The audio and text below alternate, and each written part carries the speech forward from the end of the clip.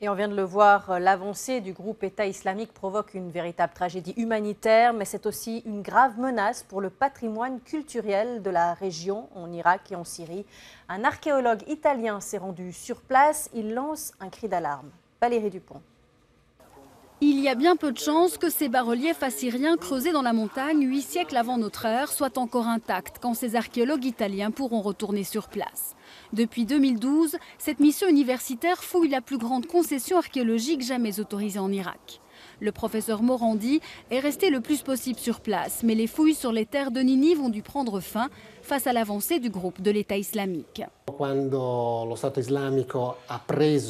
Quand le groupe de l'État islamique a pris la digue de Mossoul, qui se trouve ici sur le fleuve Tigre, ils étaient à 25 km du siège de notre mission, située dans la ville de Dohuk. Oui, nous étions vraiment très près du front. Dans cette zone de 3000 km², les Italiens ont découvert 500 sites méconnus de l'Empire assyrien, dont l'ancien territoire est à présent aux mains des islamistes. Les archéologues occidentaux ont désormais les preuves filmées par des habitants que les djihadistes autorisent les pillages, moyennant le paiement d'une taxe. L'objectif de ce réseau de pilleurs clandestins est de faire passer les pièces, surtout par la frontière turque qui est très poreuse.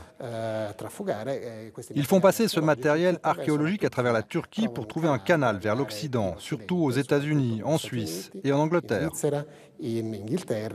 Difficile de les chiffrer, mais les importations illégales de pièces archéologiques en provenance d'Irak et de Syrie valent des millions de dollars. Ce site internet créé par des archéologues syriens montre aussi que les islamistes détruisent systématiquement au nom de la religion un patrimoine important.